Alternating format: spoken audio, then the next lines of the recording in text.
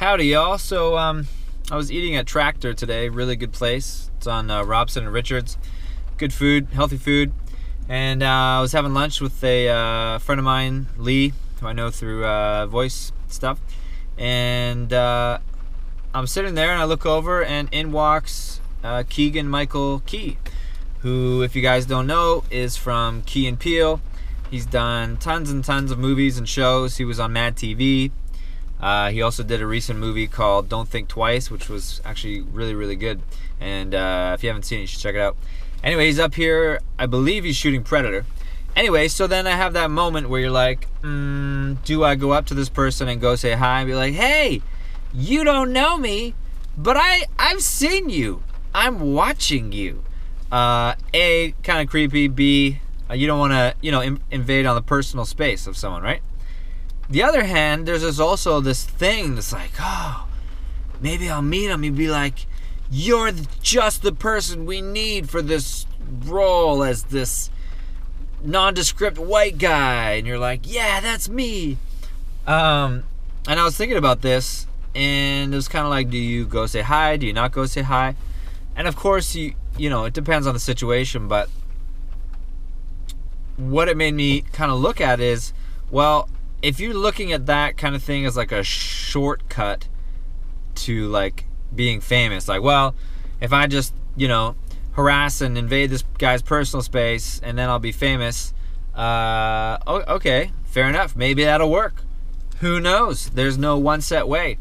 But then I was thinking about it and I thought, well, the way I can make sense of it is if I or anyone is doing the most they can do to get themselves known or recognized, or being able to work to like that higher standard or on a larger playing field. If they're doing everything they're doing, if I'm doing everything I'm doing, or if anyone's doing anything they're doing to get to that point, then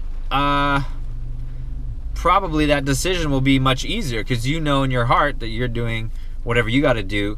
And this applies to anything. This doesn't have to be acting or voice stuff. It's just any field that you're in. I think that decision will be easier, and it'll feel less like trying to, hang on to the coattails of someone else, and more like, oh, hey, I see that you're doing really well and you're in the respective field that we're both in.